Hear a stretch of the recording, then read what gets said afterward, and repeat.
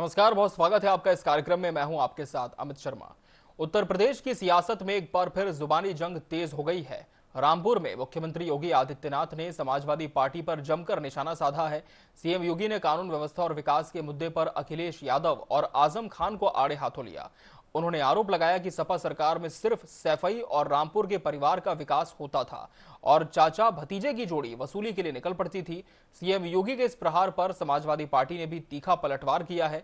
Samajwadi party ने आरोप लगाया है कि अयोध्या के मुद्दे से जनता का ध्यान भटकाने के लिए मुख्यमंत्री ऐसे बयान दे रहे हैं। देखिए ये प्रतिक्रियाएं।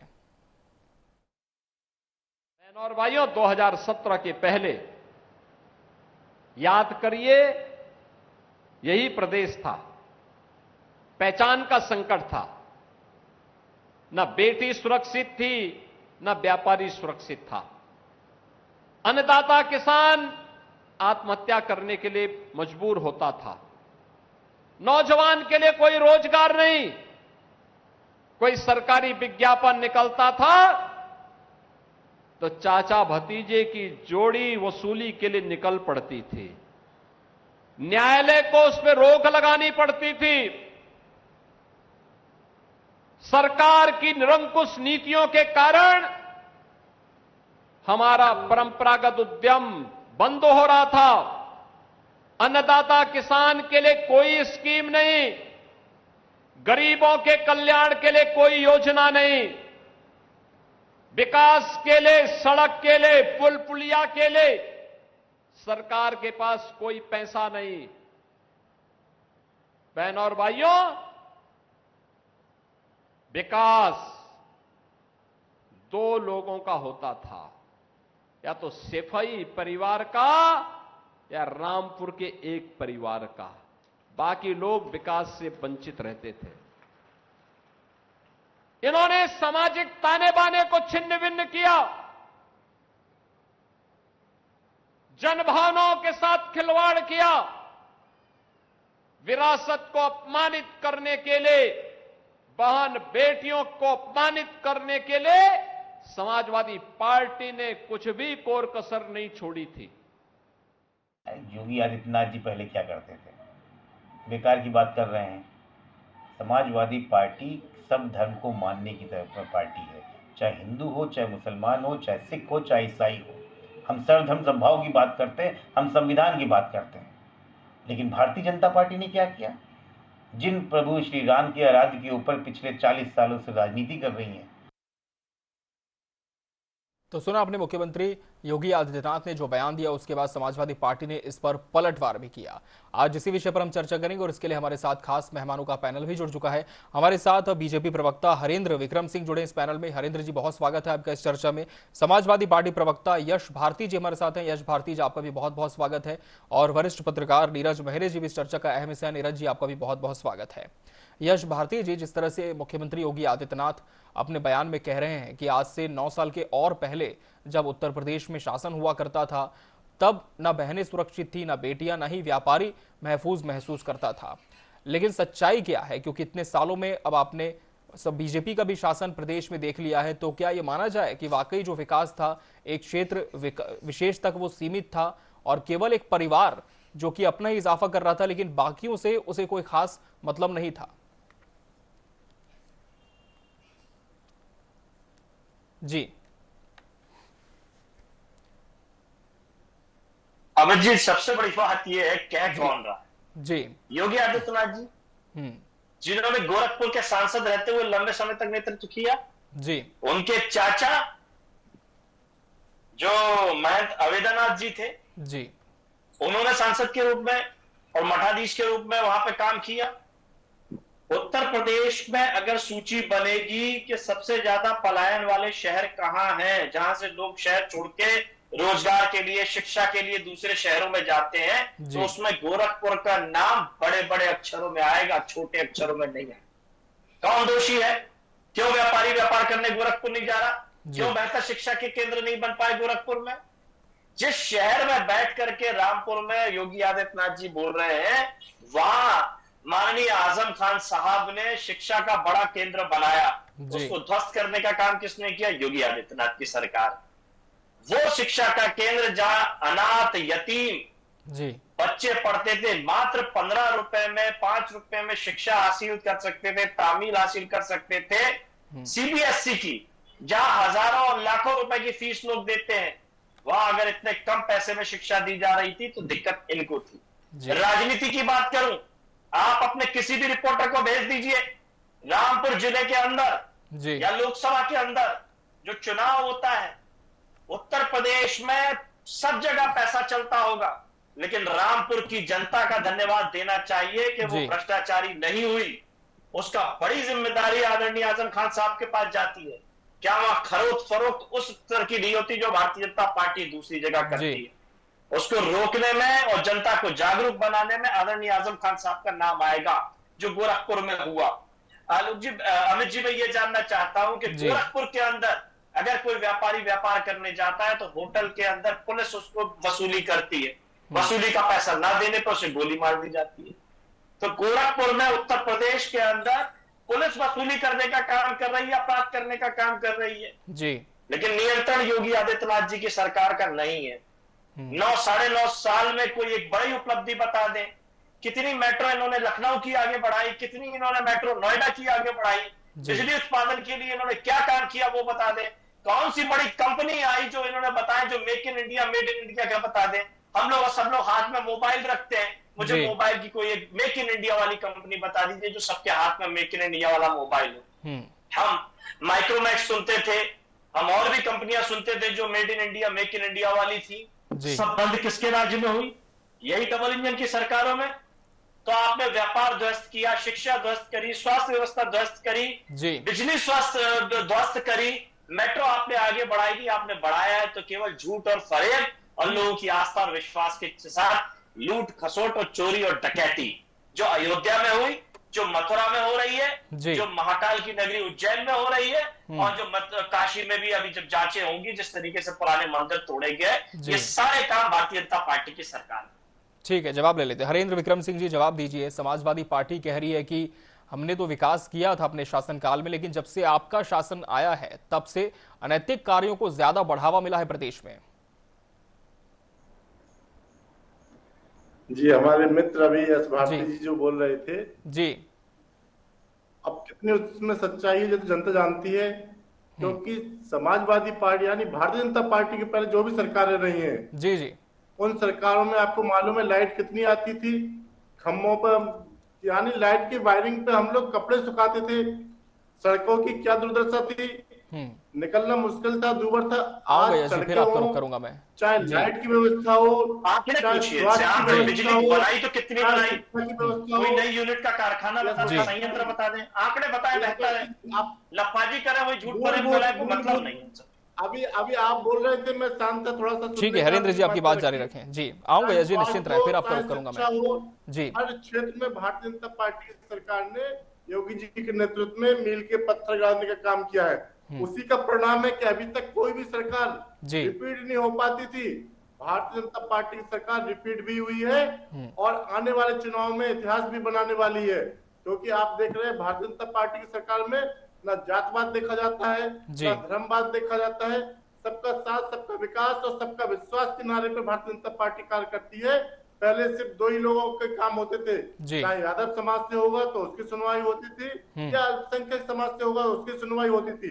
इसके अलावा आप देखिए हमारे जनपद में, जबकि इटावा हमारा पड़ोसी जनपद है, आसपास के जनपदों में लाइट नहीं रहती थी और इटावा में 24 घंटे लाइट रहती थी। आऊंगा यश भारती जी, आपसे जवाब लेने आऊंगा। मुखिया है, आपके आए थे, पूरे प्रदेश को एक साथ देख रखना चाहिए, लेकिन सिर्फ इटावा में उनका कहना, मुलायम सिंह जी का कहना ठीक था कि नेता को अपने घर को जब अच्छा करेगा तब वो संदेश दे पाएगा बाहर वाले को। देखिए भारतीय जनता पार्टी की सरकार कहती है पहले हम जनता के साथ खड़े होंगे, उसके बाद हमारे अपने लोग खड़े होंगे। आज भी चाहे सड़क के मामले में, किसी भी मामले में, और सबसे बड़ा जो है भारतीय जनता पार्टी के लिए इस समय गुंडा राज खत्म हुआ, भयमुक्त शासन चल रहा है। आज रात्रि में 12 बजे भी लोग शादी ब्याह में जाते हैं तो निसंकोच निश्चिंत होकर जाते हैं। पहले तो बैंक से निकलते ही लूट लिए जाते थे और मार दिए जाते थे। बहुत पुरानी बातें नहीं है, 10 साल पहले की बातें हैं, तो सबको मालूम है। ठीक है नीरज महेरी जी, मैं आऊंगा यश जी, आप निश्चिंत रूप से पूरी बात का जवाब लूंगा मैं जो हरेंद्र जी ने कही है। लेकिन नीरज महेरी जी, सवाल ये उठ रहा है कि जिन बातों को संबोधित करते हुए मुख्यमंत्री योगी आदित्यनाथ ने अपने बयान में कहा है, कितनी तर्कसंगत वो लगती है, विशेषकर जब वो ये कह रहे थे कि रामपुर में पहले केवल एक क्षेत्र के विकास तक जो विकास था वो सीमित हो गया था, एक परिवार था जो कि लगातार अपना ही विकास कर रहा था लेकिन बाकियों पर उसका कोई ध्यान नहीं था। देखिए अमित जी, महत्वपूर्ण बात यह है कि केवल पिछली सरकार की आलोचना करके वर्तमान जो चुनौतियां हैं उनको नहीं नकारा जा सकता। अगर उस सरकार में ऐसा होता था तो निश्चित रूप से जनता ने उन्हें नकारा, और आप लगातार दूसरी बार उत्तर प्रदेश के मुख्यमंत्री हैं और उत्तर प्रदेश में सरकार चला रहे हैं। लेकिन मुख्यमंत्री जी को यह भी बताना चाहिए था कि देश जब से आजाद हुआ है तब से पेपर लीक के मामले में केवल उत्तर प्रदेश प्रथम स्थान पे इन्हीं की सरकार में आ पाया है। ये भी एक महत्वपूर्ण चीज है। आप महंगाई पे बात नहीं करेंगे, आप बेरोजगारी पे बात नहीं करेंगे, आप किसान की बात नहीं करेंगे, नौजवान की बात नहीं करेंगे। आपने दिखाया, मैं भाषण सुन रहा था, निश्चित रूप से क्या किसान ने आत्महत्या बंद कर दी है? क्या युवाओं को रोजगार मिल गया है? क्या पेपर लीक होना बंद हो गया है? कि कितने पेपर लीक माफियाओं के खिलाफ कार्रवाई कर पाए? सरकार पिछले 10 साल से आपकी है। अगर आपको तुलना करनी है तो आप 24 से करिए, 23 से करिए, 22 से करिए, 20 से करिए। तो ये सरकारें भी तो आपकी रही कि उस सरकार में हमने ये चीज हमसे छूटी थी और हमने प्रदेश की जनता के लिए ये नई चीज लेके आए। निश्चित रूप से आपने सड़कों का जाल बिछाया, सड़कें बहुत बेहतर हुई हैं, एक्सप्रेस वे बनवाए आपने, लेकिन इस चीज से भी नहीं नकारा जा सकता कि हिंदुस्तान के लिए सबसे दुर्भाग्यपूर्ण वो दिन था जिस दिन भगवान राम के मंदिर में भी चंदा की चोरी हो गई।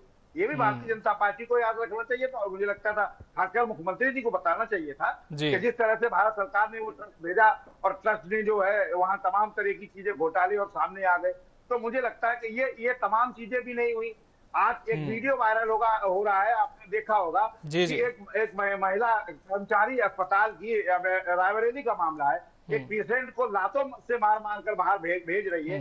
मुझे लगता है कि मुख्यमंत्री को इस पर चर्चा करनी चाहिए। चर्चा इस बात की भी होनी चाहिए कि हमारे देश का युवा कहाँ जा रहा है, हमारे प्रदेश का युवा कहाँ जा रहा है। प्रदेश अगर हमारा विकसित हो रहा है, 2047 में विकसित गणराज्य बनाने की आप बात कर रहे, $5 ट्रिलियन इकोनॉमी की बात कर रहे, रुपया लगातार गिरता चला जा रहा है, तमाम ऐसी चीजें हैं, मुझे लगता है कि उनकी भी चर्चा होनी चाहिए। सरकार किसी की भी हो, प्रदेश का विकास प्रथम प्राथमिकता होनी चाहिए। और किसी भी आयोजन को ले लीजिए, अगर आप कहते हैं कि हमने बहुत अच्छा ये दुर्गा पूजा निपट गई या फिर कांवड़ यात्रा, तो मुझे लगता है कि सरकार के साथ साथ सामाजिक लोगों की भी उस कार्यक्रम में सहभागिता रहती है। यही कारण है कि बिना समाज के साथ चले कोई भी कार्यक्रम सफल नहीं हो सकता। जी अमित जी। यश भारती जी, जिस तरह से नीरज महेरी जी कह रहे हैं कि अगर आपने काम नहीं किया तो फिर जनता ने आपको दोबारा मौका नहीं दिया, और अब जब 9 साल से ज्यादा हो रहा है कि बीजेपी की सरकार है सत्ता में, तो क्या माना जाए? जिस तरह से दावे हरेंद्र विक्रम सिंह जी कर रहे थे कि आपकी सरकार में तो बिजली नहीं आती थी, सड़कों की क्या व्यवस्था थी, तो फिर अब सवाल किस बात पे उठ रहे हैं?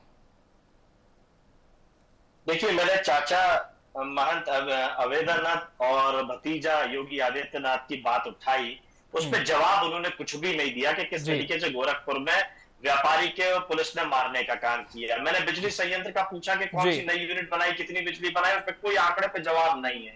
लप्पाजी, हवाबाजी। लखनऊ मेट्रो कितना इंच आगे बढ़ाई, नोएडा मेट्रो कितना आगे बढ़ाई, make in India, made in India पे मैंने सवाल किया कि बताइए हाथ में कौन सा make in India made in mobile आपने पहुंचाया। मैंने तो कंपनी का नाम लेके बताया कि पहले तो make in India made in वाली मोबाइल कंपनीज थी, पहले टेलीकॉम इंडस्ट्रीज कितनी थी, कितनी सारी। आप भी कहते हैं हमने अस्पताल बना दिए।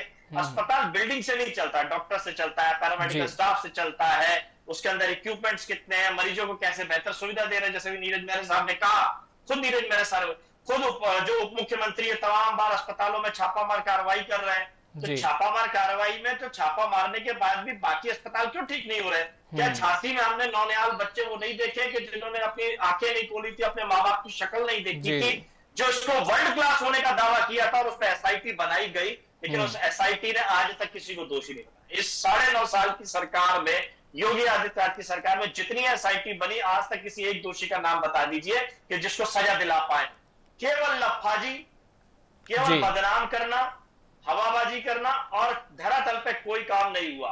हाँ, यही काम हम नहीं कर पाए, लफाजी करके हम अपने कामों तक, जनता तक नहीं पहुंचा पाए। कि हमने बढ़िया लैपटॉप दिया बच्चों को, जिसको आज भी चल रहा है लोगों के पास, ठीक है, टेक्नोलॉजी आगे बढ़ गई, वो थोड़ा आउटडेटेड हो गया समय, लेकिन आज भी लोगों के पास चल रहा है। मेट्रो आज भी उपयोग में आ रही है, जो इंडस्ट्री सैमसंग जैसी हमने लगवाई और भी लगवाई, वो काम आई। आगरा एक्सप्रेसवे से दिल्ली की दूरी कम हुई। तमाम ऐसे 5 करोड़ पौधे लगा के पर्यावरण को ठीक किया। जो आवास दे करके सोलर एनर्जी पे जो काम किया, उससे बिना बिजली के बिल का आवास देने का काम किया। बच्चों को कन्याधन योजना से जोड़ा, तो जो बच्ची अब पढ़ पाए, परिवार जो आत्मनिर्भर हो पाए। बहुत सारे ऐसे काम है, बोलना शुरू करूंगा तो खत्म नहीं होंगे जो हमने किए होंगे। लखनऊ का सौंदर्यकरण, इनका क्या योगदान है लखनऊ को सौंदर्यकरण करने के नाम पे। विरासत को संभालने में इनका क्या काम है, तो कहते हैं विरासत और संस्कृति की बात, कहीं इन्होंने कुछ संभाला नहीं, केवल बिगाड़ा है जी। हाँ, हम इसका प्रचार में हम पीछे रह गए, इवेंट करने में हम पीछे रह गए। जो प्रचार और इवेंट करने में भारतीय जनता पार्टी आगे चली गई। प्रदेश की, देश की जनता की गाड़ी कमाई इन्होंने केवल प्रचार और इवेंट पर खर्च किया, जनता को सुविधा कुछ भी नहीं दी। हरेंद्र जी जवाब दीजिए, क्या केवल प्रचार पर ही जो पैसा था वो खर्च हुआ, जमीन पर कोई काम नहीं हुआ आपकी सरकार में? अमित जी आंकड़ों पर जानकारी लीजिए। जैसा कि अभी वरिष्ठ पत्रकार जी ने बताया जी कि काम हुआ है, दिल्ली हो, सड़क हो, किसी हर क्षेत्र में बहुत अच्छा काम हुआ है। लेकिन एक विषय हमारे वरिष्ठ पत्रकार महोदय ने उठाया था जी, पेपर लीक वाला विषय जी जी, और हमारे जो एस भारती जी भी कह रहे हैं, बात करने को बहुत कुछ है, लेकिन हाँ पेपर लीक जी हुए, मैं मानता हूँ पेपर लीक हुए, लेकिन पेपर लीक क्यों हुए वो भी मैं बताता हूँ। अन्य सरकारों में पेपर लीक नहीं, पूरा सिस्टम ही हो जाता था, पता नहीं पड़ता था। आप देख लें, एक जात विशेष के लोग ही 60% एक जात के लोग उसमें क्वालिफाइड हो रहे हैं, रिजल्ट आ रहा है, क्योंकि उसमें पेपर लीक हुआ, उसे पकड़ा ही नहीं गया। अमित जी मैं आपसे निवेदन करूंगा, ये दर्शकों का समय खराब मत करवाइए, तत्काल कार्रवाई होती है और जात को इंगित कर रहे तो अभी परिणाम निकालिए कि आपको तो जात अभी मेरिट में आ रही है, इसलिए पेपर लीक जाति को ये बदनाम करते थे। तो कोई जाति अगर प्रोग्रेसिव हो गई है, बेहतर एजुकेटेड हो गई है, अगर वो प्रतिस्पर्धा कर पा रही है, तो आप उसे बदनाम करने का काम करोगे। पार्टी ने किया है जी, जात विशेष के लोग ही हमेशा और एक क्षेत्र विशेष के लोग ही हमेशा क्वालिफाइड होते रहे, क्योंकि जब खुद पेपर आउट करा रहे, पेपर लीक करा रहे, तो पकड़ेगा कौन? लेकिन योगी सरकार में पेपर जरा भी कहीं से कोई दिक्कत हुई, पेपर लीक कौन कराता है? हम लोगों की सरकार में यही लोग लीक कराते हैं और हम लोग उसको पकड़ लेते हैं। सार्वजनिक होता है तो पेपर लीक हो गया। ठीक है, समाजवादी पार्टी का कहना है कि कार्रवाई कितनी कड़ी होती है, सजा कितनी मिलती है गुनाहगारों को? हरेंद्र जी जवाब दीजिए। सजा भी मिलती है और हमारे सजा का तरीका ही अलग है। देखो, जेल जाने से कोई सजा नहीं होती। चलिए ठीक है, समय कम रह गया, नीरज जी का रुख कर लेंगे। नीरज महरे जी, रामपुर में जिस तरह से मुख्यमंत्री की ये सभा थी, किन मायनों में हम कह सकते हैं बीजेपी के लिए ये बहुत ज्यादा विशेष रही? क्या संदेश देने में सफल रहे मुख्यमंत्री जिस ध्येय के साथ यहाँ पहुंचे थे? देखिए, निश्चित रूप से उन्होंने वहां जिस तरह की बात की, मुझे लगता है कि प्रदेश के विकास में अब तक क्या क्या योगदान सरकार का रहा है और किस तरह से प्रदेश आगे बढ़ा है, उसकी भी चर्चा होनी चाहिए थी। क्योंकि वो एक राजनेता है, राजनेता एक दूसरे राजनीतिक दलों के आरोप प्रत्यारोप, चूंकि चुनाव 2027 का नजदीक है तो वो तो लगाते ही रहते हैं। लेकिन मुझे लगता है कि जनता की जो सुविधाएं दी जा रही हैं उसकी भी बात की जानी चाहिए। लगातार आप 12 साल से केंद्र की सरकार चला रहे हैं, आप 5 आदमी के नाम किसी भी भारतीय जनता पार्टी के प्रवक्ता से पूछिए, नहीं बता पाएंगे, जिनको 80 करोड़ लोगों को राशन दे रहे हैं, जिसमें 5 आदमी के नाम बता दें जिनको 12 साल में आपने गरीबी रेखा से ऊपर लाए हो और मुख्य धारा। बिल्कुल, यानी कि हम कह सकते हैं सरकार के कामों का एनालिसिस भी बहुत जरूरी है कि अगर आपने शुरू की है तो कहां तक योजनाएं पहुंच पा रही हैं। बहरहाल समय हमारे पास इतना ही था, चर्चा और इस पर हो सकती थी। आप सभी मेहमानों का बहुत बहुत धन्यवाद हमसे इसमें जुड़ने के लिए और इसका हिस्सा बनने के लिए। इसी के साथ मुझे और पूरी टीम को दीजिए इजाजत। नमस्कार।